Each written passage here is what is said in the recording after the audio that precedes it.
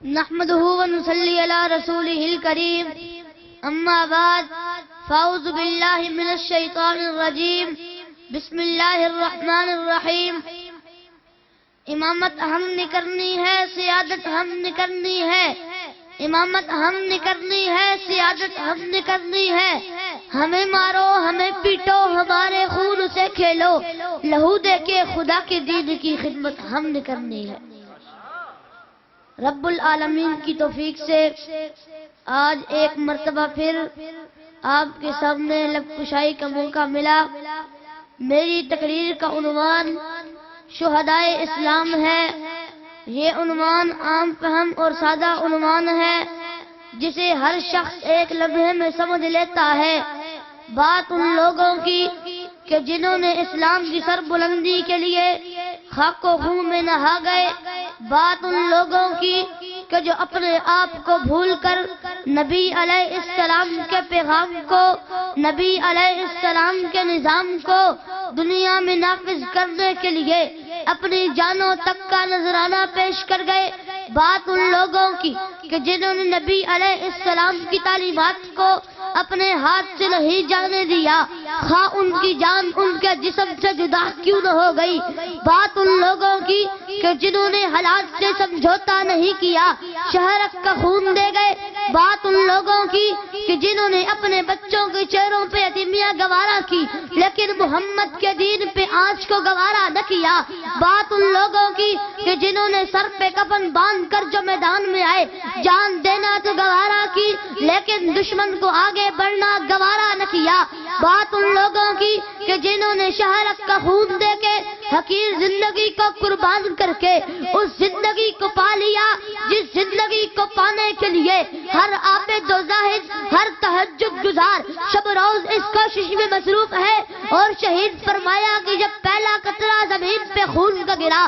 تو اللہ نے اس کے گناہ معاف کر دیے جب دوسرا قطرہ زمین پہ خون کا گرا تو اللہ نے اس پہ جنت واجب کر دی میرے بھائیوں یہ ملتی ان لوگوں کو ہے جن کو میرا اللہ پسند کرتا ہے اگر اپنی ہمت اور کوشش سے ملنا ہوتی تو کئی سال کی عمر اور محاذوں پہ شرکت کرنے والے وہ جلیل القدر صحابی جن دنیا خالد بن ولید کہتی ہے جب جان نکل رہی تھی دنیا سے رخصت ہونے کا وقت تھا بستر پر موجود آہیں اور سسکیاں اس پر کہ میں نے ساری زندگی میدان میں گزاری لیکن شہادت مجھے نہ ملی میرے بھائیوں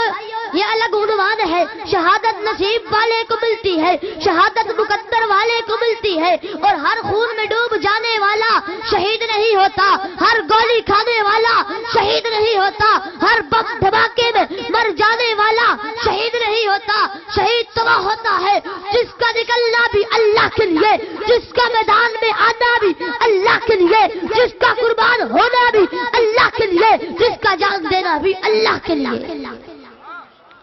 جانے والا فنا نہیں ہوا وہ ابھی باقی ہے اس کی آواز گرج رہی ہے اس کا انداز موجود ہے حق نواز سے لے کر قاری سعید تک ہر شہید اپنی جگہ پہ زندہ ہے اس کی آواز گرج رہی ہے اس کا وجود زندہ ہے یہ کہنا آسان ہے فلاں نے اپنی جان دے دی فلاں قربان ہوا فلاں کا بیٹا شہید ہوا پوچھ اس سے جس کا لخت جگر کیا ہے پوچھ اس سے جس کا باپ کیا ہے پوچھ اس سے جس کا بیٹا کیا ہے پوچھ اس سے جس کا ساتھی کیا ہے پوچھ اس سے جس کا سر کا سایہ کیا ہے پوچھ اس سے جس کا لخت جگر کیا ہے پوچھ اس سے جس کا شکر کیا ہے یہ آسان کام نہیں ہے لیکن عنوان اتنا مشکل ہے کہ مشکل بھی آسان ہو گیا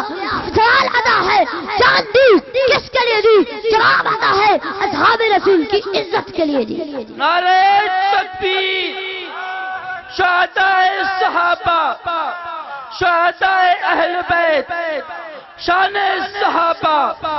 شہدائے صحابہ نعرہ تکبیر